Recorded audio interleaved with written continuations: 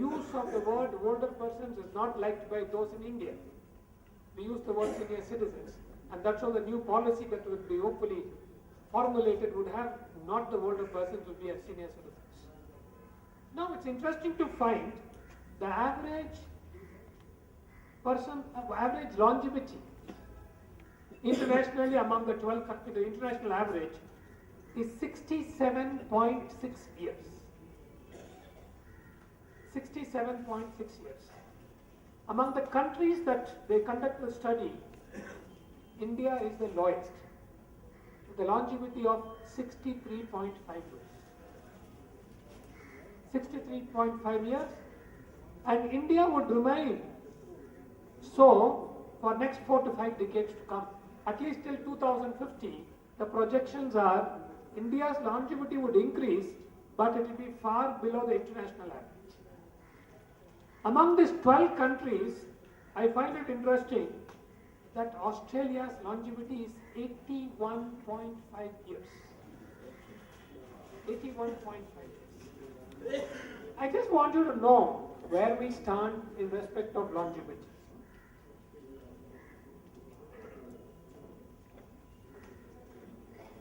The second, the study has found something interesting. The senior citizens, numbering to around 15,000 people from 12 countries, were asked, what do they think as the age where old age starts? India is the only country which says it is 60. Every other country has said old age starts at 80. 80. Now we are giving priorities for people to senior citizens to sit at 80 years. But those countries, they say 60 is young age. It's a truth. It's a truth. If you really go and see, I'm sure quite a number of you would have gone outside the country. When you go, last year I was with my daughter in Sweden. People who received me in the airport will not believe it. I didn't believe it till I heard at the end of the day. Husband and wife received me at the airport, and I said, what do they do? What is their hobby? They said their hobby is to construct summer houses, summer places. What is a summer place? They say summer place is very common and tired, or when they want to take rest or weekend, they travel all the way 300-400 kilometers, stay there for 2 days and come. So I asked them, who constructs these summer houses? You construct so many of them. This couple said, so far we have constructed 7 summer houses. Then what do you mean by 7 summer houses? He says, the husband and wife and children construct those houses. They don't employ people. The husband, wife and the family construct those houses. It's all technology work. And I asked them the age. The husband was 78. The wife was 79. And they worked with SAS, airlines, as pilot and air hostess. So that is the age. That is what we are talking about, aging in the Western model. Now, I must also tell you something interesting that happened when I was in Stockholm. I invited a member of the Parliament of Sweden to come over for a breakfast in the hotel that I stayed. She accepted the invitation. She came. And now we are all used to seeing not an MLA, not an MP, but even a small local leader coming with 20 people. This lady walked into my room, into a restaurant that we are staying. Nobody noticed her. She came. She had breakfast with me. I asked her to send me some details after I returned to India, which she very promptly sent. And she is communicating with me on a day-to-day basis. If I write to her, she replies me immediately. And she is running 87 years. She walks in, she walks out. You can't believe that she is 87 years. Just walks out. This is what is active aging. This is what is called active aging. This is called healthy aging. It's wonderful to see that what we talk as 60 has no relevance in the Western model.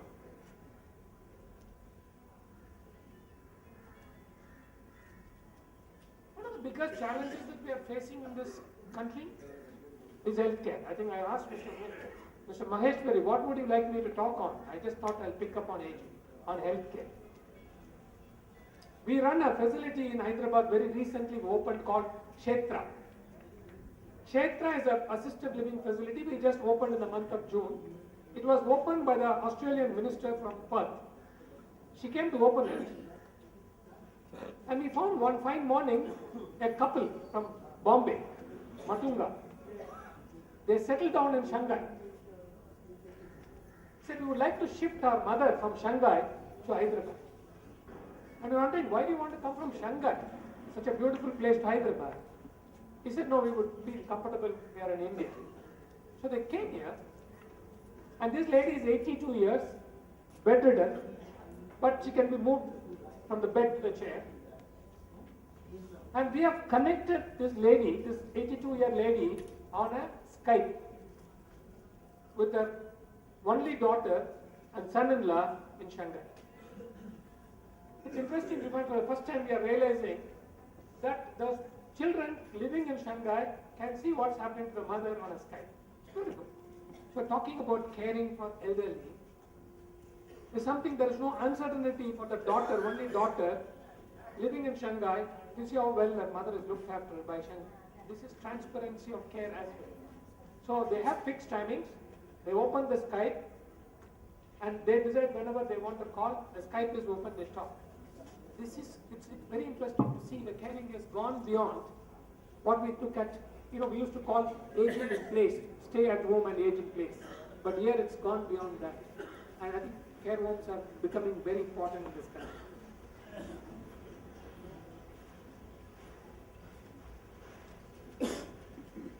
We're talking about healthcare.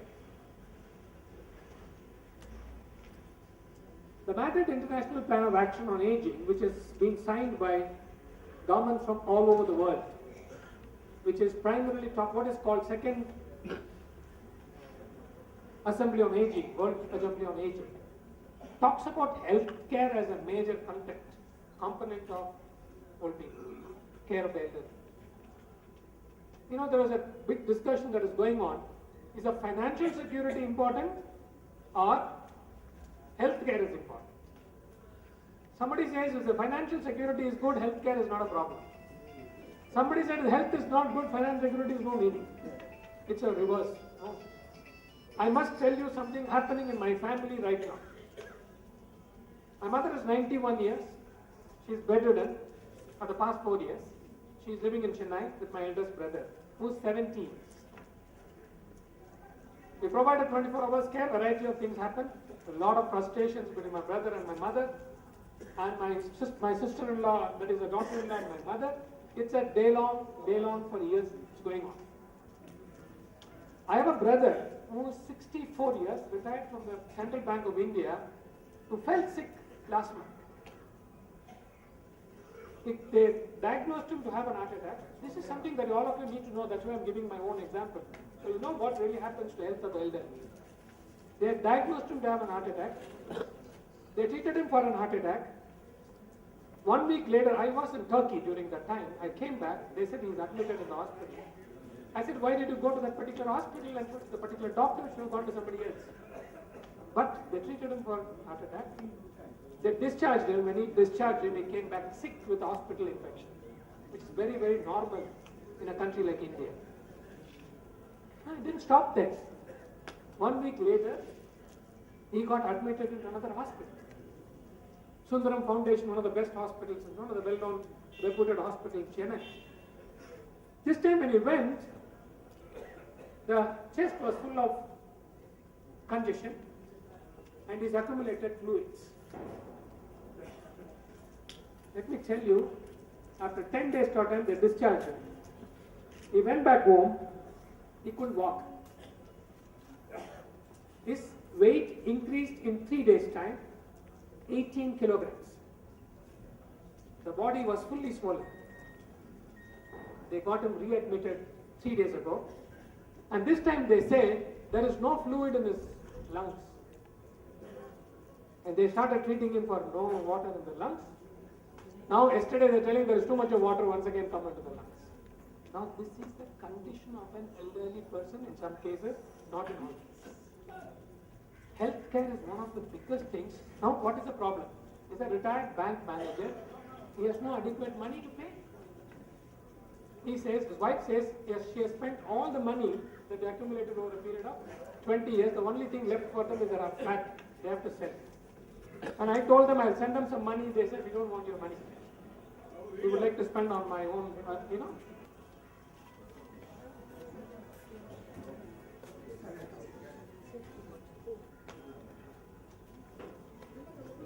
Sri Shivagopal Mishra, Secretary General, All India Railway Federation, is kind enough to come over here as a special guest of honor.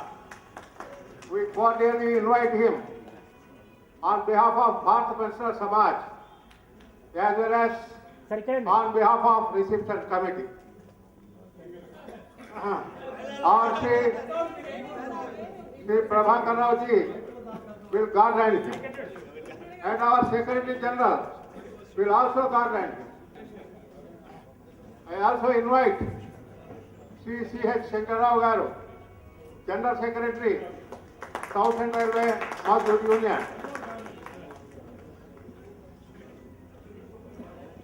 I request Sri J.N. Rao, Vice President Bharat Pensioner Samaj, to kindly come over to the dais.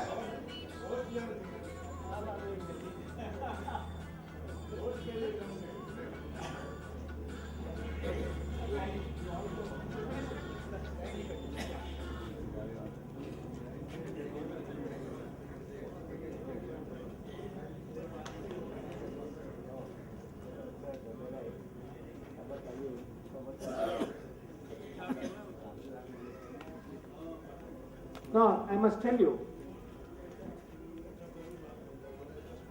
when you are talking about health care for the elderly, I am not sure how many of you are aware that we are talking with the United Nations and the governments at the United Nations that human rights of the elderly, older persons, should be a convention passed in the United Nations. So the rights of the elderly persons are assured. The reason for this, I don't think I need to mention to you, for decades, a lot of old people are abused, both in the families in some cases, in the public institutions in most of the cases. It's becoming very common. Now it's not common, don't think it's only in India. It's all over the world. It is all over the world. Last year we had a panel, I think there is something called open-ended working groups which meets in August every year in United Nations. Governments like United States of America and European countries did not want a convention on elderly because they say that Madrid International Plan of Action protects the elderly. I must tell you, your human rights violations are very, very extensive. Those of you who have access to internet, kindly go to the internet and check in human rights violations in, for example, care homes in UK, United Kingdom, London. Just 10 days ago, I was in London in a meeting with a group of parliamentarians headed by Baroness Sally Greengrass in the House of Lords. You will find human rights violations in a highly developed country like UK. People are neglected. Doctors do not want to treat an old person. Because the doctors say when an old person comes into my room, they start with a headache and they go from step by step and they go to the foot. And it takes about 1.5 hours for us to listen to them. So when an old person comes, they don't want to give appointment. In the case of India, it has not happened yet, because what happens in India is just something different. People may not like me telling that, but it happens. When an old person comes in, they check what is the eligibility under CGHS, what is the eligibility under insurance, what is the eligibility under ROGS, get the investigations done, get the treatment done. It is that situation right now. They have not gone to a stage when they go to neglect. But the fact remains, when I was mentioning to you about my brother and my mother's case, understand a family with a mother who is, of course, she's a retired, right? My father retired from railways, so she's entitled to some pension. But the pension is very, very inadequate, totally inadequate to provide for health care at the age of 91 years. No doubt the pension is more because she's over 90 years. She gets more pension. It's gone past a stage when they can protect themselves because as they get old, they spend more money. There are any number of international studies which says as people get older, they spend more money. And the last 1 or 2 years of their life, they spend all the money they earned unless they are protected. I think it's important for us to think. One side of it is what is the government going to do for such cases? Other side of it is what is it I am going to do for myself? Because I need to protect myself against this eventuality. Very few people are lucky to die instantaneously without prolonged illness. But often, almost 33% of the deaths in old age occur after chronic illness and long-term care. And long-term care is the most expensive thing that can happen to anybody in the world. I really don't want to keep dragging this issue except to say that in India, I think there's a beautiful scheme announced by the National Program for Health Care of the Elderly by the Ministry of Health and Family Welfare, which is covering 100 districts at this point of time. There is a lot of discussion whether that is being implemented properly or not. There are discussions, there are deliberations which says that out of 100 districts, they have implemented this only in 4. One side of it is an exaggeration of facts. Other side of it, can we assume the responsibility to constantly advocate and lobby and ensure these 100 districts get attention, right attention on healthcare, which is a beautiful scheme. Number one. Number two, I'm not sure whether Mr. Are you in the committee, National Council, ISCON? Okay, now the National Council is being reconstituted. I'm sure some members have been already nominated. And there is a committee for 12-member committee called Experts Committee on India, on aging. I'm one of the members of the Government of India on this. And one of the discussions right now is going on is allocation. The funds have been allocated under what is called 5-year plan. 220 crores have been allotted for the new budget. One is for constitution of the National Commission. And number two, seniors, they have allocated a substantial fund for elderly fund. I'm sure you're aware of this. Elderly fund. And many more programs are there. The question is, how do we use it? Second thing I must tell you also, I remember that discussion with our earlier president, Mr. Mitchell, was there with me. In that particular meeting with the Minister for Social Justice, he was telling us, under the Maintenance and Welfare of Parents and Senior Citizens Act, almost 650 old age homes are to be constructed under the law. The minister says that he is not able to get funds allocated by the Planning Commission. I think they have asked for about 1,800 crores. I'm not sure whether this has been allocated this time. I think the Planning Commission was planning to give them 100 crores. I think this financial constraints for the old persons continues to remain a biggest challenge, though if I look at 20 years ago, allocations have improved. But is that adequate considering today there are 104 million people? So like the Pensioners Association, I'm sure All India Senior Citizens Confederation, which has got associations across the country, will play an important role in lobbying with the government more aggressive. I think they have taken a lot of aggression in that. They have had a lot of protest days. They have observed a lot of bringing people together.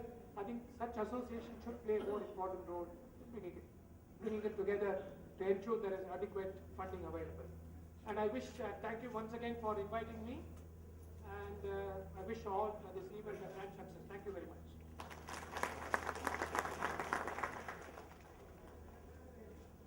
You just now heard Dr. Gangadharn. He is an international face for senior citizen. Though he himself is not a senior citizen, he has been fighting for the issues of the senior citizen for the years together. And in spite of his very busy international schedule, he always obliges BPS whenever he is called for to attend our events. On behalf of all of you, I thank him once again for having given us so much time. Now, I will request Comrade Shiv Gopal Mishra, General Secretary AIR, to address you. And Comrade Mishra doesn't need any introduction. His services to railway pensioners are known all over India, and I may today inform him that today we have got delegates from all parts of India, including the farthest corners of Manipur, Mizoram, Nagaland, and Assam, and this side right up to Malga. So I request Comrade Mishra to come and address to him.